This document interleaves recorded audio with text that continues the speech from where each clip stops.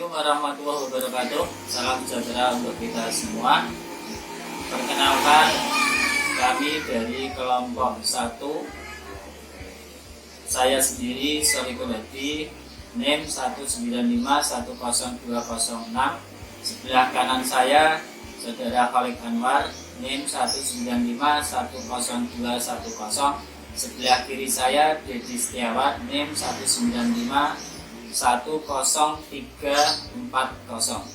Dalam kesempatan kali ini kami akan membawakan makalah dengan judul Pendidikan dan Kebudayaan.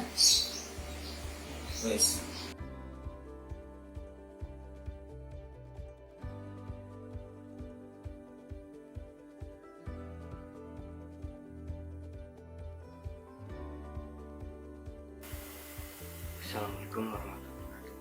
Terima kasih atas waktu yang diberikan. Saya selaku perwakilan dari kelompok 1 akan memaparkan materi landasan pendidikan bab 1 tentang pendidikan dan kebudayaan. Ini langsung saja kita ke pokok materi.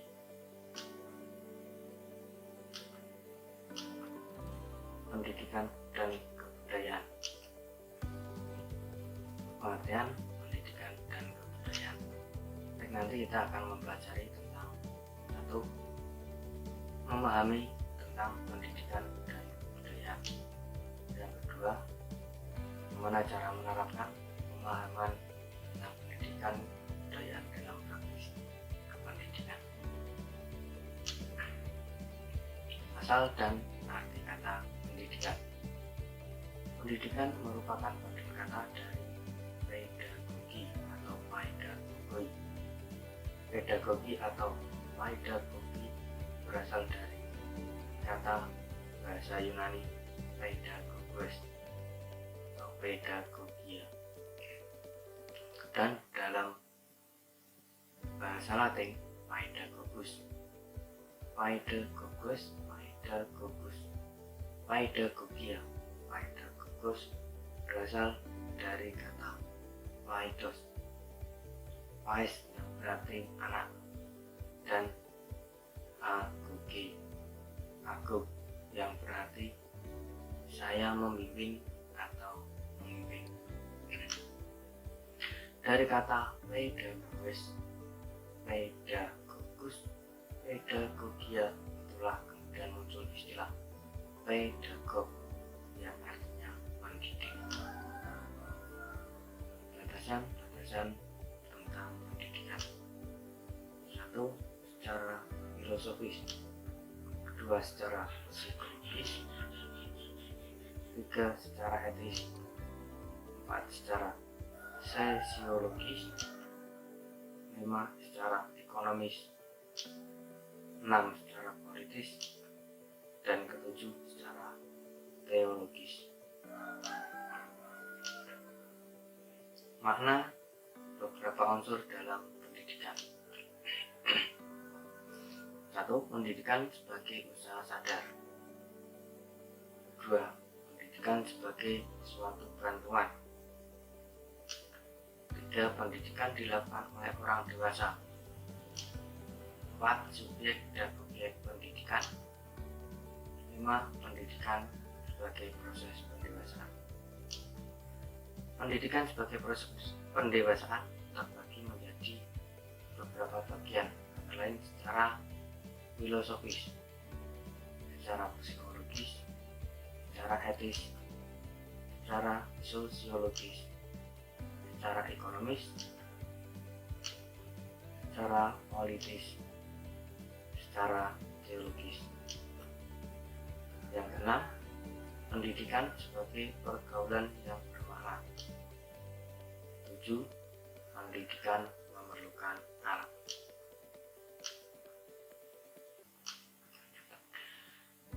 Berikutnya, pendidikan dan pengajaran. Di Indonesia setelah kemerdekaan dikenal dengan adanya Kementerian PP dan K atau Kementerian Pendidikan, Pengajaran dan Kebudayaan. Selanjutnya, kementerian itu dikenal dengan DPP Diknas atau Departemen Pendidikan Nasional, kemudian diganti menjadi Depdikbud atau Departemen Pendidikan dan Kebudayaan. Sekarang dikenal dengan Kementerian Riset Teknologi dan Pendidikan Tinggi. Dalam Undang-Undang Nomor 20 Tahun 2003 tentang Sistem Pendidikan Nasional, memang tidak mudah membedakan antara pendidikan dan pengajaran, antara mendidik dan mengajar. Orang yang mendidik senantiasa juga mengajar atau mendidik melalui atau dengan mengajar. Orang yang mengajar dengan baik, dengan sendirinya ia telah mendidik. Dari pengajaran diperoleh pengetahuan, informasi, keterampilan tertentu atau pengajaran. Itu dapat menimbulkan perubahan sikap dan tingkah laku si terdidik. Terjadi pembentukan pribadi menuju kedewasaan atau pendidikan.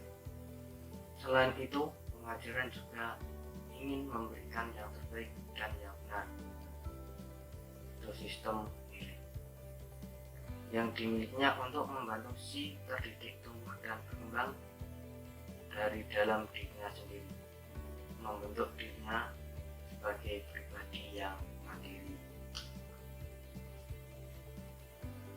Pengertian dari hakikat manusia. Karena salah satu aspek dari hakikat pendidikan, sebagai makna disebut di muka, adalah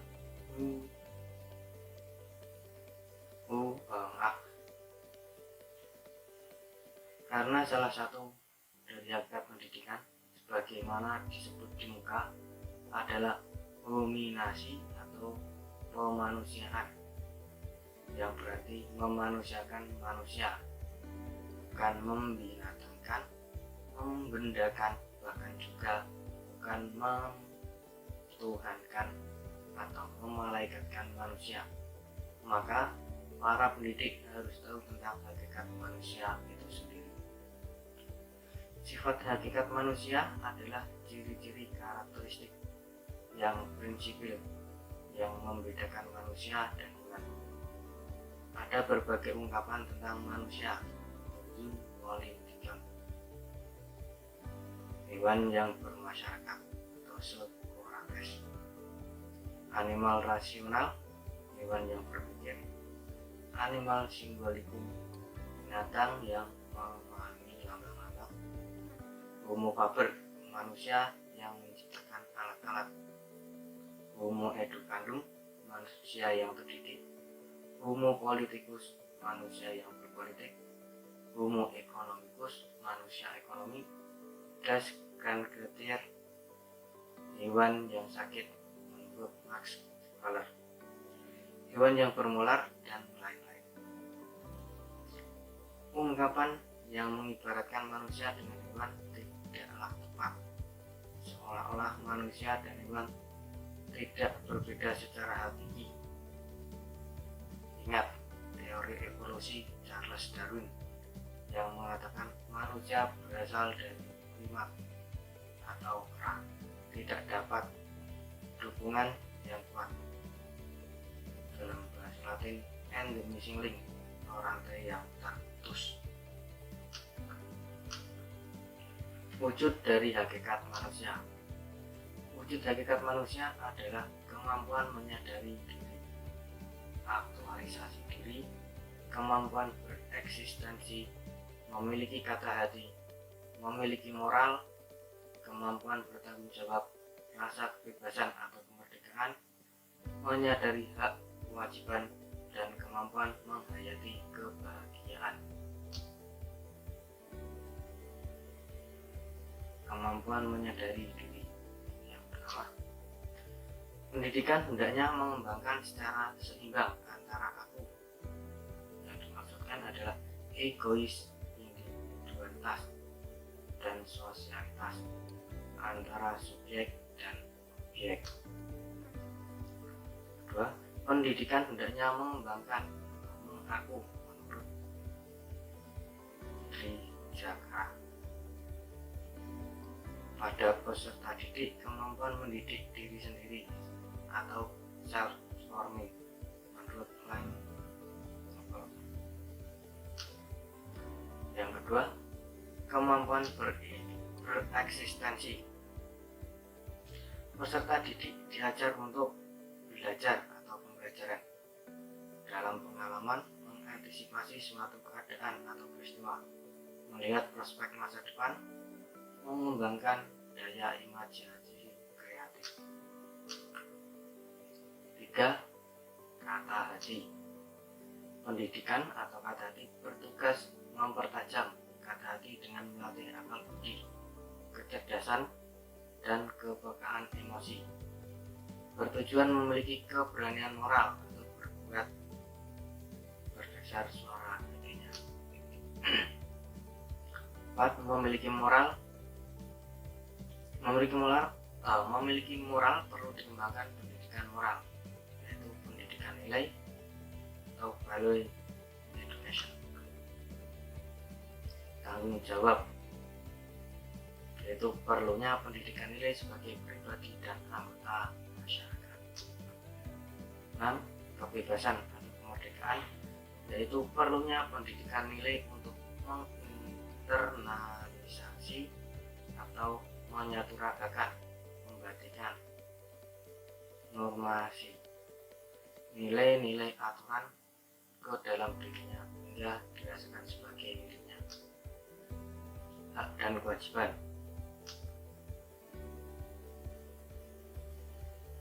Hakikat manusia sebagai hak dan kewajiban antara lain, pendidikan bertugas meningkatkan kemampuan berusaha dan menghayati.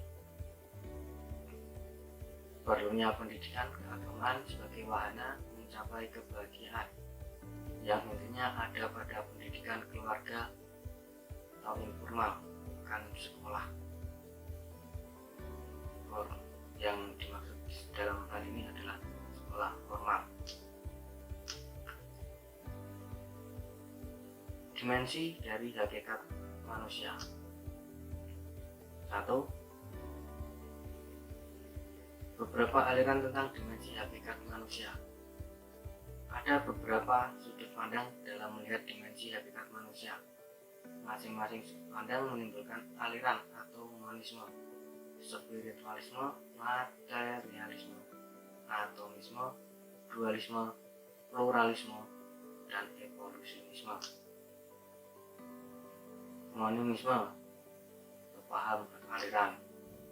Yang kedua, spiritualisme, spirit atau jiwa, berpendapat bahwa manusia berawal dari satu asas, yaitu jiwa. Materialisme, materi atau benda. Atomisme, atom atau bagian dari unsur materi. Dualisme adalah aliran yang berpendapat bahwa segala sesuatu berasal dari dua asas. Pluralisme atau plural, jamak atau banyak, ganda.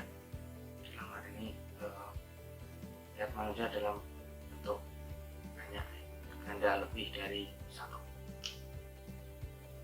Evolusionisme, evolusi atau perubahan sedikit demi sedikit.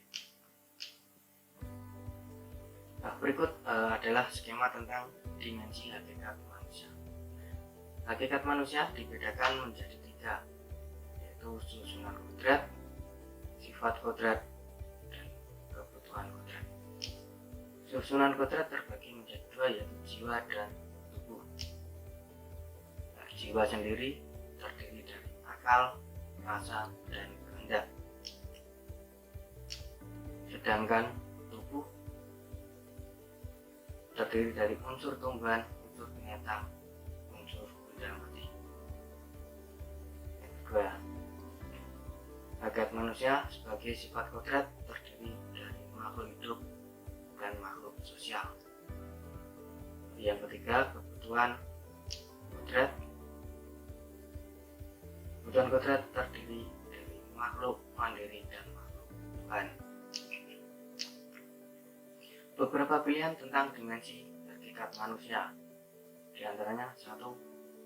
Hakikat manusia jiwa raga. Yang kedua, hakikat manusia individu dan sosial. Hakikat manusia dan individu sosial dibagi menjadi dimensi keindividualan. Pendidikan merupakan untuk membantu peserta didik untuk membentuk kepribadian atau menemukan jati dirinya. Yang kedua, memiliki pola pendidikan yang cocok, pendidikan yang demokratis dengan prinsip ing ngarsa sum tumodo ing madya ngarsa tuwuh handayani. Sedang pendidikan pentalogis atau otoriter ditinggalkan. Yang kedua, dimensi kesosialan. Berikutnya masih dengan beberapa dimensi hakikat manusia. Yang kedua, hakikat manusia sebagai makhluk ciptaan Tuhan, terdiri dari dimensi kesusilaan, dimensi keagamaan, dan lain-lain. Yang berikutnya, pengembangan dimensi hakikat manusia. Berbagai dimensi hakikat manusia terdiri dari keindividualan, kesosialan, kesusilaan, dan keagamaan. 4. Teori hakikat manusia. Ada 4 teori atau pandangan tentang hakikat manusia, yaitu pandangan kelompok, psikoanalitik, kelompok humanistik, Martin Buber, dan kelompok behavioristik. Kaum psikoanalisis berpendapat bahwa manusia digerakkan atau dikontrol oleh dorongan intrinsik, yang dimaksudkan adalah dorongan dari dalam dirinya sendiri untuk memuaskan biologisnya. Menurut Roger, tokoh humanistik, berpendapat bahwa manusia itu memiliki dorongan untuk mengarahkan dirinya ke tujuan positif. Manusia itu rasional, tersosialisasikan, dan dalam beberapa hal dapat membentuk nasibnya sendiri. Martin Buber berpendapat bahwa manusia tidak dapat dikatakan pada dasarnya dosa dan dalam genggaman dosa, melainkan manusia merupakan suatu keberadaan eksistensi yang berpotensi. Kaum behavioristik atau Skinner menganggap bahwa manusia sepenuhnya makhluk reaktif yang tingkah lakunya dikontrol oleh faktor-faktor luar.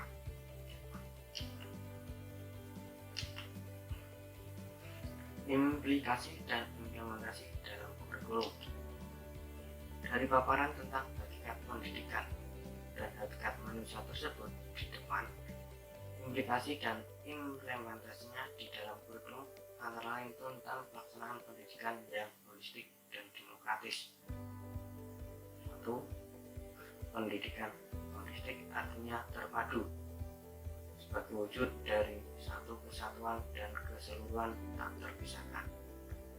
Hal itu mencakup baik aspek guru maupun aspek siswa. 2. Pendidikan yang demokratis, seperti halnya pada pendidikan yang holistik yang mencakup aspek pendidik atau guru dan anak didik. Demikian pula pendidikan yang demokratis. Pengertian hakikat pendidikan. 1. Pengertian filsafat pendidikan. Filsafat adalah ilmu yang mencapai kebenaran yang sedalam-dalamnya sampai kepada yang hakiki, yang mendasar, yang substansial. 2. Filsafat pendidikan. Bahwa pendidikan adalah suatu upaya untuk memanusiakan manusia dan membudayakan manusia. Dengan demikian, pembicaraan selanjutnya tentang filsafat pendidikan akan penjabaran tentang hominiasi dan humaniasi tersebut beserta implikasi dan implementasinya di dalam kurikulum pendidikan. Hakikat pendidikan. Pendidikan ialah urusan manusia. Hanyalah manusialah yang memiliki pendidikan. Subjek dan objek pendidikan adalah manusia itu sendiri. Yang mendidik adalah manusia, yang dididik juga manusia. Filsafat pendidikan. Pendidikan sebagai proses transformasi budaya merupakan kegiatan pewarisan budaya dari satu generasi ke generasi berikutnya. Yang kedua, pendidikan sebagai proses pembentukan pribadi merupakan kegiatan yang sistematis dan sistemik terarah pada terbentuknya kepribadian atau jati diri peserta didik yang memiliki identitas atau ciri khas tanda khusus serta mempunyai integritas atau kebutuhan kedewasaan. Yang ketiga, pendidikan sebagai proses penyiapan warga negara merupakan kegiatan terencana untuk membekali peserta didik agar menjadi warga negara yang lebih baik. Yang keempat, pendidikan sebagai proses penyiapan tenaga kerja. Ini merupakan kegiatan membimbing peserta didik hingga menjadi bekal untuk bekerja. Dari beberapa fungsi pendidikan tersebut dapat disimpulkan bahwa pendidikan tidak saja ditujukan kepada persiapan masa datang, melainkan juga untuk membentuk pola sikap dan tingkah laku masa kini dan berlangsung sepanjang hidup.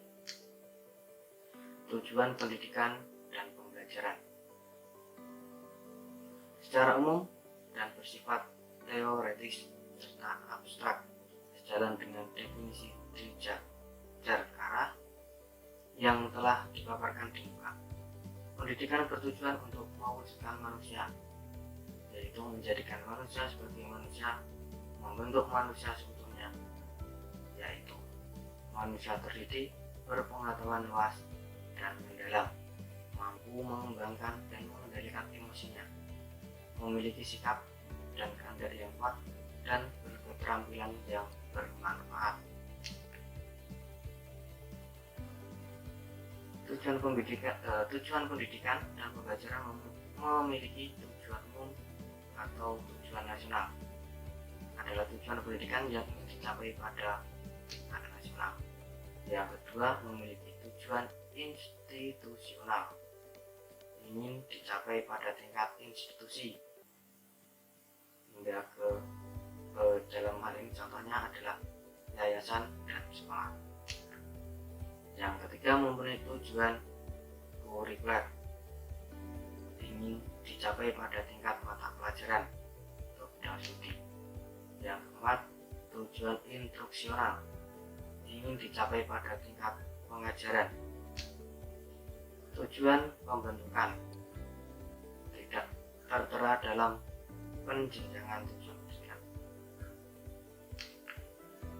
Kegiatan belajar mengajar. Berikut adalah bagian dari kegiatan belajar mengajar.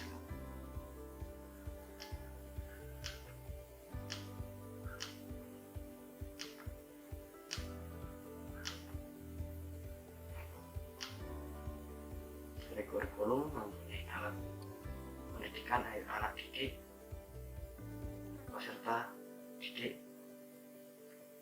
dan mempunyai tujuan pembentukan, tujuan instruksional, tujuan kurikuler, tujuan instruksional, kemudian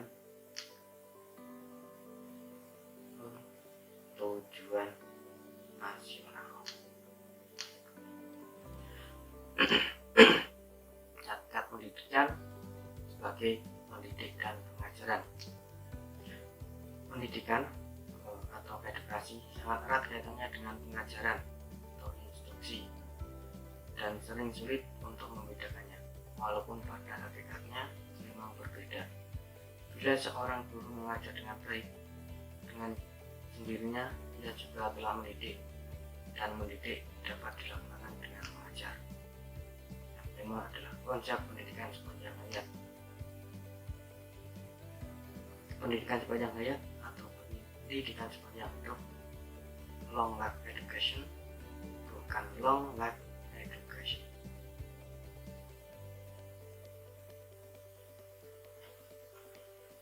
Juga disebut pendidikan sepanjang raga. Pendidikan sepanjang hayat dipopulerkan sejak tahun 1970-an. Konsep ini menunjukkan bahwa untuk belajar tidak ada batasnya atau tidak ada batas usianya.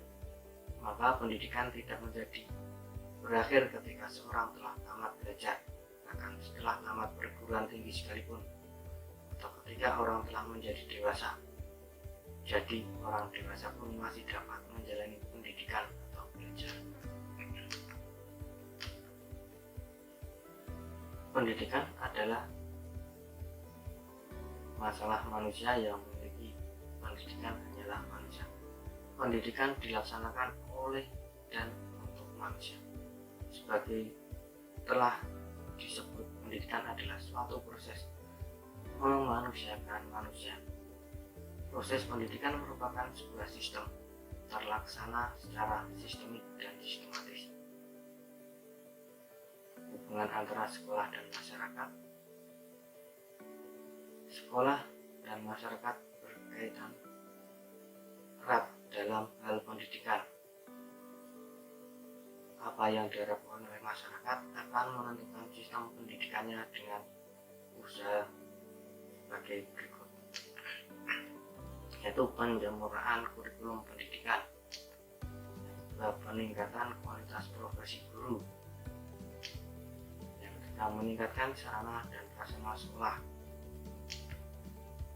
yang keempat membekali diri dengan materi yang memadai, yang kelima mengusahakan terbentuknya masyarakat belajar dengan prinsip belajar sepanjang hayat.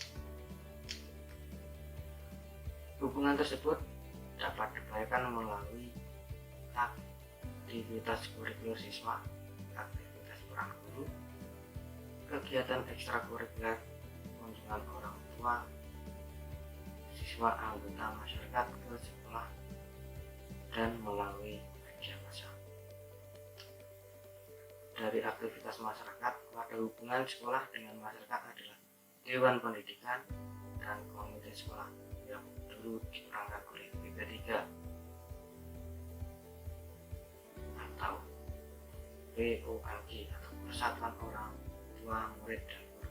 Sedang dari aktivitas sekolah, hubungan itu dapat berupa kunjungan ke rumah siswa atau orang tua, membangun kerjasama dengan orang tua, memberikan perhatian atau apresiasi kepada orang tua, menjalankan hubungan baik antara sekolah dan orang tua dalam arti seluas-luasnya, termasuk memanfaatkan jasa baik anggota masyarakat. Yang kelima, memberikan penghargaan kepada anggota masyarakat yang berjasa dalam penyelenggaraan pendidikan di sekolah. Hakikat pendidikan kebudayaan dalam pendidikan dan perkembangan kebudayaan. Pendidikan berfungsi dan berproses transformasi dan transaksi serta transfer sosial budaya. Transformasi budaya berarti pelestarian budaya dengan mewariskan budaya kepada generasi penerus untuk dilestarikan dan dikembangkan. Pendidik dituntut untuk mampu mengurangi adanya kesenjangan antara lain dengan pendidik atau guru memiliki wawasan luas tentang keadaan sosial budaya manusia. Dalam hal ini adalah masyarakat, bangsa, dan negara. Yang kedua, pendidik atau guru memiliki pandangan lintas budaya agar mampu mengembangkan jiwa dan semangat persatuan dan kesatuan bangsa serta kerjasama antar bangsa. Yang ketiga, secara umum pendidik dituntut untuk memiliki paham inklusif, bukan eksklusif, yaitu mampu menampung dan merangkul berbagai unsur budaya yang berbeda, berjiwa pluralis, multikultural dan toleran. Yang keempat, mengenai hakikat pendidikan dan perubahan budaya sosial. Perubahan merupakan ciri khas sifat hakikat manusia. Melalui perubahan itu manusia memanusiakan dirinya. Pendidikan menciptakan dan menangani atau mengelola memanage perubahan mentalnya. Pendidikan harus memahami, belajar dari, dan mengantisipasi perubahan. 3 faktor utama terjadinya perubahan sosial budaya adalah adanya perkembangan kita, penduduk, dan lingkungan hidup. Berikut masing-masing dijelaskan secara ringkas. Perkembangan iptek. Iptek berkembang secara cepat. Dari cepatnya perkembangan iptek tersebut terhadap pendidikan guru, antara lain pendidik atau guru hanya selalu mengikuti perkembangan iptek dengan senantiasa membaca dan belajar terus menerus. No limit to learning. Yang kedua, pendidik hendaknya menguasai sumber dan pusat sumber belajar serta sumber informasi bisa didapat dari perpustakaan, radio, surat kabar, televisi, video, komputer, bahkan dari internet. Yang ketiga, pendidik hendaknya juga memahami tentang masalah lapangan kerja, kehidupan politik, dan ekonomi. Pendidik hendaknya menguasai teknik-teknik pembelajaran, metode, strategi, model, dan pendekatan, termasuk pembelajaran orang dewasa dan pendidikan semacamnya. Yang kedua, pertumbuhan penduduk. Meningkatnya jumlah penduduk tidak terlepas dari perkembangan iptek. Dengan kemajuan iptek, pelayanan kesehatan menjadi lebih baik, angka kematian dapat ditekan, usia rata-rata makin meningkat. Untuk itu diperlukan adanya pemerataan pendidikan, antara lain berupa diselenggarakannya pendidikan jarak jauh, sehingga penduduk di desa terpencil tidak perlu meninggalkan tempat tinggalnya dan pekerjaannya. Yang kedua, diselenggarakan universitas terbuka, yaitu untuk menampung mereka yang sudah bekerja dan ingin melanjutkan kuliah tanpa meninggalkan tempat dan pekerjaannya. Yang ketiga, untuk daerah terpencil yang sedikit penduduknya dapat diselenggarakan sekolah dasar kecil dengan jumlah guru dan ruang terbatas, dibantu tutor dan modul. Hakikat kebudayaan sebagai ruang lingkup hidup. Perusahaan lingkup hidup turut berpengaruh terhadap pendidikan. Sebaliknya, pendidikan diharapkan mampu melestarikan lingkup hidup. Lingkungan hidup dapat dirusak dengan adanya penebangan hutan yang tidak terkontrol, pembuangan limbah industri yang tidak mengikuti aturan, pemakaian pupuk dan obat-obatan yang tidak wajar. Pendidikan moral serta agama. Ada hubungan erat antara pendidikan dan moral dan antara pendidikan agama. Fungsi dari pendidikan adalah menanamkan nilai-nilai moral dan agama pada diri siswa. Pengajaran moral dan agama adalah esensial dalam pendidikan. Tidak mungkin ada pendidikan tanpa pengajaran moral dan agama. Pengajaran moral harus menjadi bagian dari pendidikan, dan pendidikan harus berkenaan dengan moral.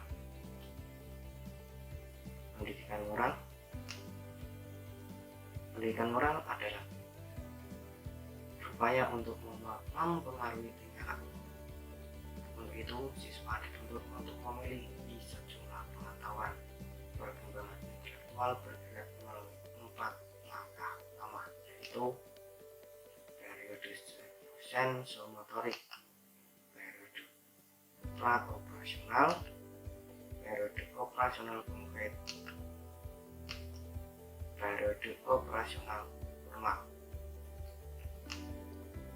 Kedua, pendidikan dan moral pelajaran.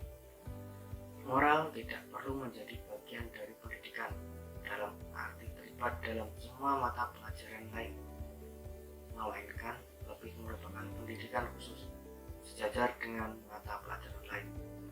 Bagaimanapun pendidikan moral berkaitan dengan mata pelajaran lain, di antaranya lebih efektif menjadi wahana pendidikan moral. Memang pengajaran moral sebagai pendidikan nilai. Pesan-pesan moral dapat disampaikan lewat mata pelajaran lain, lewat tujuan pembentukan kurikulum tersembunyi, dan kurikulum, atau pengaruh sampingan, set efek, bagian efek. 3. Agama dan pendidikan. Telah disebut bahwa agama dan moral berkaitan erat. Banyak pendidik, walaupun tidak semua, akan menerima bila agama dan moral dimasukkan dalam silabus pendidikan. Agama dan moral sering dikaitkan dengan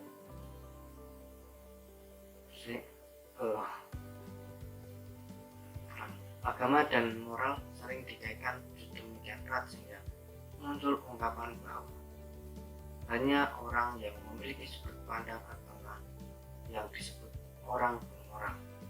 Orang yang bermoral sebaiknya sesuai dengan kehendak dan harapan Allah. Kehendak dan harapan Allah adalah baik secara moral adalah hal yang disetujui oleh Allah. Pendidikan dan pengajaran religius. Pendidikan religius atau studi religius dapat didekati dalam dua cara berbeda, yaitu cara mengetahui dan cara komitmen. Dengan masuknya agama dalam kurikulum, tidak ada kesulitan untuk memberikan informasi dan meningkatkan pengetahuan. Pendekatan ini menjadikan agama sebagai masalah empiris dan ingin memberikan pengetahuan tentang bagaimana mereka menjadi sepenuhnya. Studi religius menyangkut unsur-unsur sejarah dan sosial, seperti halnya materi dari antropologi dan mitologi, mencakup unsur-unsur sejarah dan itu dibatasi pada agama tertentu. Dalam suatu masyarakat yang multikultural, adalah baik bila pelajaran agama dilaksanakan dalam bentuk studi perbandingan agama, baik secara intelektual maupun sosial. Dari landasan pendidikan bab 1 tentang pendidikan dan kebudayaan, kami dari kelompok 1 mohon maaf apabila masih ada kata atau narator yang kurang pas, yang sesuai dengan tema, mohon dimaafkan. Selanjutnya untuk kelompok pembahas khusus bisa membahas, kemudian rekan-rekan saya akan menanggapi dari pembahasan tersebut. Akhirnya dari saya, Assalamualaikum warahmatullahi wabarakatuh. Sebelum menutup materi kali ini, jangan lupa